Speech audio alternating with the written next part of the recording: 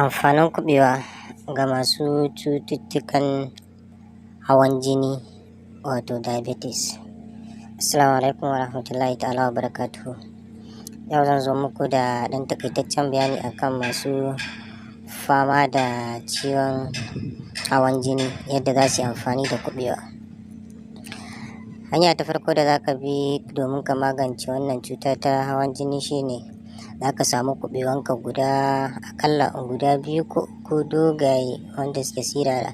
Za ka samu ɗan jug naka karami ko kuma dai wani abu da za ka iya saka wannan kuɓewa ka sanya ta a ciki ta jiƙa. Misali za ka iya sa ta tun da safe har zuwa dare ko tun da daddare har zuwa safiya. Ka tabbatar da cewa ta jiku sosai. Misali yanzu in ka sa da safe da daddare zuwa washe gari kafin ka karya da safe, za ka ɗauki wannan ruwan kuɓewa kafin ka karya sai ka sha. Bayan ka sha sai ka ci abincinka har tsawon kwana biyu. In ya kwana biyu sai kai ƙoƙari ka canja ruwa, ka canja wannan kuɓewa, sannan ka ƙara saka wata kuɓewan ka ƙara sha har tsawon kwana biyu.